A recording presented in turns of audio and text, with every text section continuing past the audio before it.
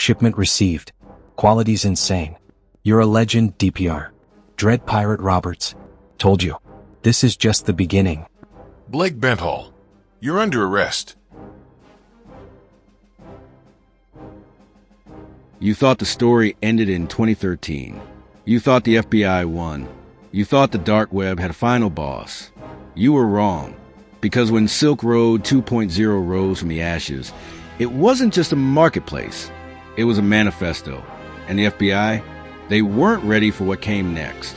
Welcome to a story of betrayal, brilliance, and digital rebellion, where the world's most powerful law enforcement agency was outwitted by a single mistake, and where every click was a step deeper into the abyss. Paul Cyber signing in, exposing Case File 011. This video is for educational purposes only. It does not promote illegal activity, glorifies cybercrime, or encourage the use of illicit marketplaces.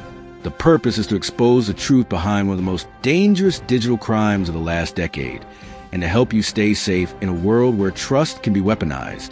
If you think the FBI always wins, if you think the dark web died with the original Silk Road, if you believe the war on cybercrime is under control, think again, because what you're about to see isn't just another takedown story. It's the story of how one of the most powerful law enforcement agencies in the world was outwitted, not once but twice. So if you're ready to uncover the side of the internet where rules are broken, identities erased, and consequences rewired, then buckle up. Smash that subscribe button right now. You're going to need this channel because the deeper we go, the darker it gets. When the FBI took down the original Silk Road in 2013, they declared victory. Ross Ulbricht, the so-called Dread Pirate Roberts, was arrested in a public library in San Francisco. Agents seized his laptop, still logged into the admin dashboard. Silk Road servers were compromised. The headlines were triumphant. FBI dismantles internet drug bazaar. Dark web market leader brought to justice. But here's what they didn't say. As Ross sat in a federal detention center awaiting trial, his empire was already being resurrected. Not in some back alley, not in some foreign bunker, but in plain sight, right under the noses of the very agents who thought they had ended it. Silk Road 2.0 was born before the digital ashes of first had even cooled. And this time, the rules had changed. Silk Road 2.0 wasn't just a reboot, it was a rebuke, a spit in the face of federal power. Launched in late 2013 by someone using the handle Dread Pirate Roberts, the site looked eerily familiar. The same user interface, the same Bitcoin-only payment system, the same libertarian ideology. But this new iteration had one chilling difference. It was designed to withstand infiltration, encrypted messaging, multi-signature Bitcoin transactions, mirror servers, hardened infrastructure. Silk Road 2.0 didn't just learn from its predecessor's downfall, it adapted, evolved, and metastasized. The FBI was chasing shadows. The man behind this ghostly resurrection? Blake Benthall, a 26-year-old former SpaceX engineer. Let that sink in. An Ivy League-looking, church-attending, piano-playing tech whiz became the mastermind behind a drug empire.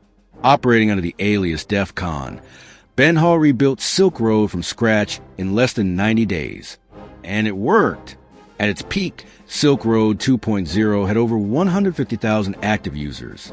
Vendors offered everything from heroin to hacking services, forged passports to cyanide capsules.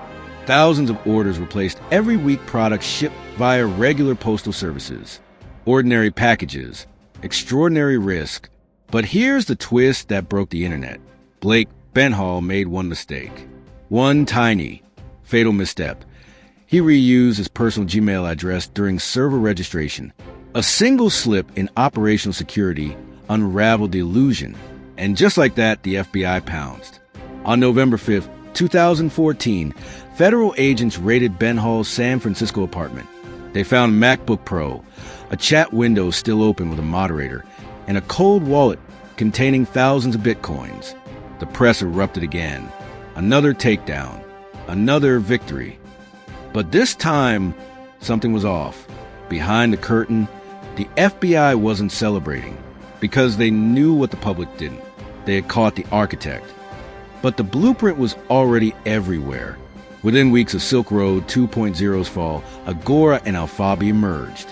Larger, faster, smarter. Each new dark web marketplace learned from the failures of the last. Agora used Tor hidden services. Alphabi deployed bulletproof hosting, offshore proxies, and decentralized moderation. By 2017, Alphabi had 10 times the user base of Silk Road. The FBI had killed the head, but the Hydra kept growing. And here's where the story gets darker.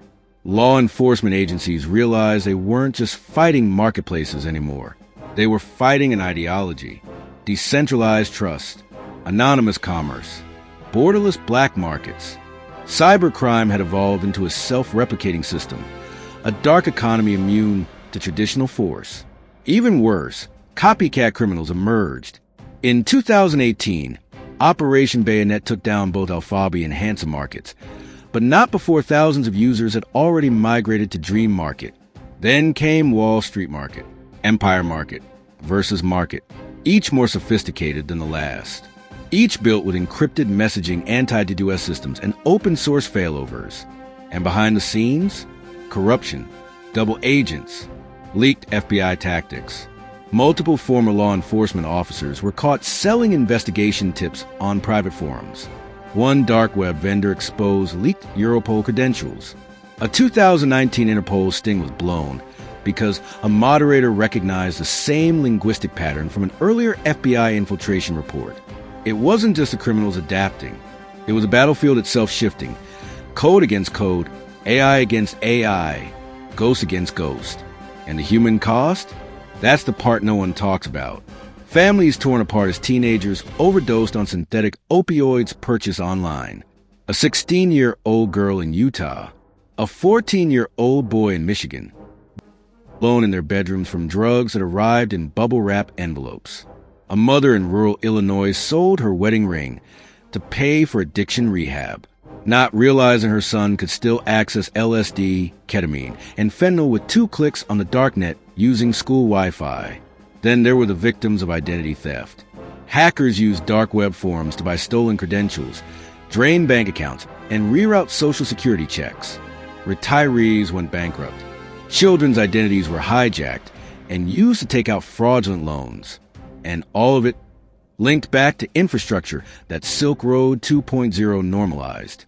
A user interface that made crime feel like shopping on Amazon. But here's the most chilling part. As of today, 2025, the core code base of Silk Road 2.0 lives on GitHub forks, on obscure Reddit subthreads, in underground developer groups, repurposed, refined, re-weaponized. There are AI-generated marketplaces now, fully automated vendor approval, dynamic escrow arbitration, using machine learning, decentralized autonomous criminal organizations, yes, DAOs for drugs. You think you're safe because the FBI took down a marketplace in 2013? Think again. The crime didn't disappear. It evolved. It decentralized. It got smarter. And while federal agents celebrated arrests, the infrastructure was open source of thousands of cybercriminals worldwide. Today, the Silk Road isn't a site. It's a philosophy, a dark promise that freedom without accountability can still be profitable. And the final twist? Blake Benthall, the architect of Silk Road 2.0, was released. No prison sentence. No trial. Many believe he cooperated with authorities. Some whisper he helped the FBI track successors. Others believe he walked away and vanished into the same shadows he once ruled. His online presence disappeared. No LinkedIn, no social media, no trace. The dread pirate vanished again. So what does this mean for you? It means the dark web isn't just for hackers anymore. It's a place where your identity, your finances, your health, your loved ones are for sale. Here's how to stay safe in this new era of weaponized anonymity. 1. Never reuse passwords. Credential stuffing attacks are fueled by reused logins dumped on the dark web. Use a password manager. 2. Enable two-factor authentication. Everywhere, especially for emails, banking, and cloud storage. 3. Monitor your identity. Use identity theft protection or dark web monitoring services. Early warnings save lives. 4. Don't click suspicious links. Phishing is still the #1 way users get compromised. Hover, verify, and when in doubt, delete. 5. Educate others. Your parents, your kids, your co-workers.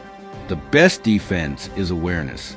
The Silk Road may be gone, but the highway it paves still stretches across the internet silent, encrypted, and open for business. Stay sharp, stay informed, and never forget, one simple mistake can expose everything. This is Paul Cyber, signing out.